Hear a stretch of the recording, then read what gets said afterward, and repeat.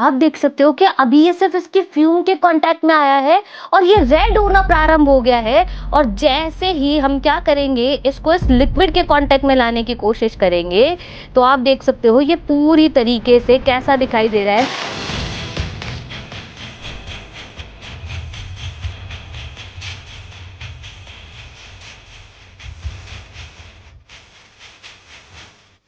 आज हम हमारी लैब में सीखने वाले हैं कि धातु के ऑक्साइड की प्रकृति कैसी होती है और अधातु के ऑक्साइड की प्रकृति कैसी होती है। तो धातु के ऑक्साइड की प्रकृति को जांचने के लिए मेरे पास क्या है, मैग्नीशियम धातु है, जो कि हमारी फेवरेट होती है। हम बहुत सारे एक्सपेरिमेंट इसके साथ करते हैं और आज हम देखेंगे कि इसकी प्रकृति कैसी है। करेंगे कैसे? बहुत सिंपल है, घर पे बिल्कुल नहीं करना है। मैग्नीशियम का ये जो आपको रिबन दिखाई दे रहा है, ये जो धातु दिखाई दे रही है, इसको क्या करेंगे, इसको रेगमाल अच्छे से साफ करके मैंने रखा हुआ है ताकि क्या हो, आप जानते हो, ताकि इस पे कोई लेयर ना है। इसका क्या कराऊंगी, दहन कराऊंगी। दहन का मतलब क्या होता है, ऑक्सीजन से क्रिया कराऊंगी। क्या बनेगा, मैग्नीशियम ऑक्साइड बनेगा। कौन से रंग का होता है, श्वेत रंग का होता है। श्वेत लौ के साथ जलेगा, प्रकाश और ऊष्मा देगा। जो मुझे मैग्नीशियम ऑक्साइड मिलेगा उसका क्या बना लूंगी, जलीय विलयन बना लूंगी। किससे बनाऊंगी, आसुत जल से बनाऊंगी, क्योंकि ये क्या है, डिस्टिल्ड वाटर है। उसके बाद लिटमस पेपर से जांच करके देखूंगी कि ये एसिडिक नेचर का होता है या फिर बेसिक नेचर का होता है। लेकिन अधातु के लिए मेरे पास क्या है, अधातु के लिए मेरे पास है सल्फर। और सल्फर क्या होती है, अधातु। कौन से रंग की होती है, येलो रंग की होती है। तो चलो आओ एक एक करके दोनों को दहन के माध्यम से समझते हैं कि इनकी प्रकृति कैसी होगी। और आपको याद है ना, मैग्नीशियम क्या होती है, मैग्नीशियम धातु होती है और इसकी संयोजकता कितनी होती है, +2 होती है।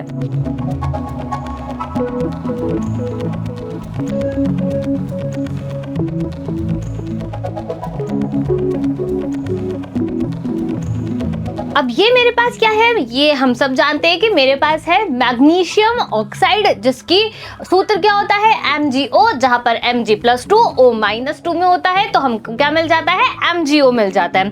अब मुझे इसका क्या बनाना है, जलीय विलयन बनाना है। तो क्या करूंगी, ये टेस्ट ट्यूब लूंगी और इसमें क्या करूंगी, इस सारे चूर्ण को अच्छे तरीके से इसमें डाल दूंगी।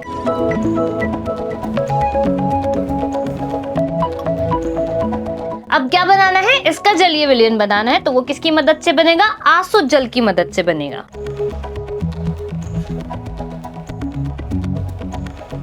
अब इसे अच्छे से मिला लेंगे।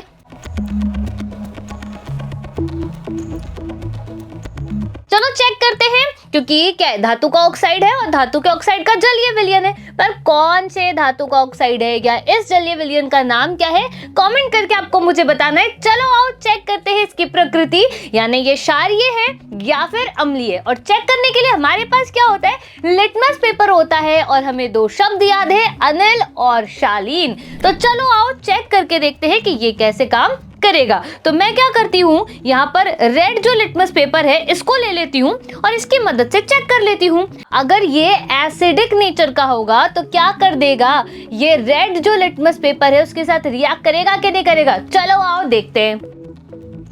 ये मैंने इसके अंदर डाल दिया है और इसको हम क्या करते हैं, यहाँ पर ले आते हैं।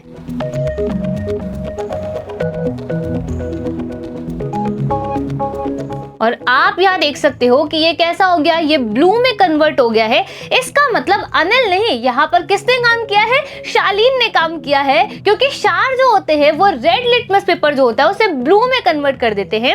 यानी आपका ये जो जलीय विलयन हमने बनाया है, जिस भी चीज का है, यानी मैग्नीशियम का है, मैग्नीशियम के ऑक्साइड का जलीय विलयन है, ये कैसा है, ये क्षारीय प्रकृति का होता है। चलिए अब बात करते हैं, ये तो थी हमारे पास धातु के ऑक्साइड का संपूर्ण निचोड़। अब हम बात करने वाले हैं अधातु के बारे में। और अधातु के लिए मेरे पास क्या है, अधातु के लिए मेरे पास है सल्फर, जो कि कैसा दिखाई देता है, येलो रंग का दिखाई देता है।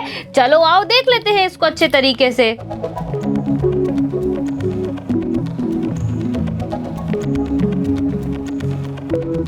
तो आप यहाँ देख सकते हो कैसा दिख रहा है, सुंदर सा येलो कलर यहाँ पर दिखाई दे रहा है। अब क्या करेंगे, जल्दी से इसको बंद कर देंगे।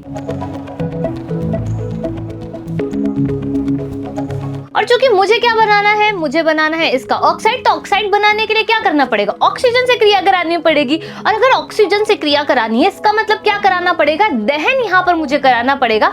तो दहन करा करके देखते हैं कि क्या मुझे मिलता है। आपको पता है जब हम इसका दहन कराएंगे तो इसमें से क्या निकलेगा, धुआं निकलेगा। उस धुएं को हमें क्या करना है, इस टेस्ट ट्यूब में कलेक्ट करके रखना है, क्योंकि जब आपका सल्फर इस ऑक्सीजन के साथ क्रिया करता है तो आपका क्या बनता है, SO2 गैस यहाँ पर बनती है।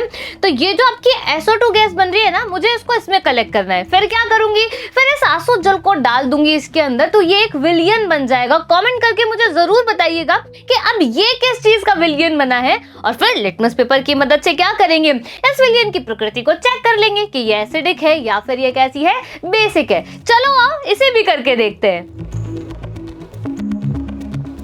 और आपको पता है जब ये गर्म होना शुरू होता है ना, ये लिक्विड में कन्वर्ट होना प्रारंभ कर देता है, और आप यहाँ पर इसे अच्छे से देख सकते हो।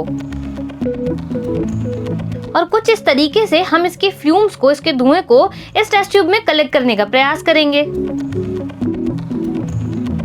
और आप देख सकते हो कि टेस्ट ट्यूब के अंदर धुआं जो है वो एकत्रित होते जा रहा है।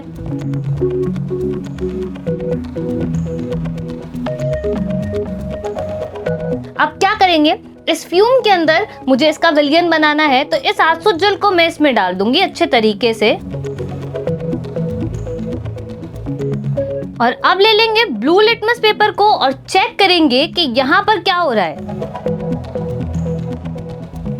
और आप देख सकते हो कि अभी ये सिर्फ इसके फ्यूम के कांटेक्ट में आया है और ये रेड होना प्रारंभ हो गया है। और जैसे ही हम क्या करेंगे, इसको इस लिक्विड के कांटेक्ट में लाने की कोशिश करेंगे, तो आप देख सकते हो ये पूरी तरीके से कैसा दिखाई दे रहा है, रेड यहाँ पर दिखाई दे रहा है। तो आप मुझे बताएंगे कि ये जो मैंने जलीय विलयन बनाया था, ये किस चीज का जलीय विलयन है। और इसका मतलब हमें ये समझ में आया है कि इसकी प्रकृति कैसी है, अम्लीय प्रकृति है, क्योंकि अनिल हमें सिखाता है कि आप अगर नीला लिटमस पेपर लेते हो और अगर वो एसिड के कांटेक्ट में आता है तो वो कैसा हो जाता है, रेड यहाँ पर हो जाता है। इसका मतलब आपके धातु के ऑक्साइड कैसे होते हैं, क्षारीय, जबकि अधातु के ऑक्साइड कैसे होते हैं, आपके अम्लीय। मजेदार एक्सपेरिमेंट के लिए बने रहिए मेरे साथ। धन्यवाद।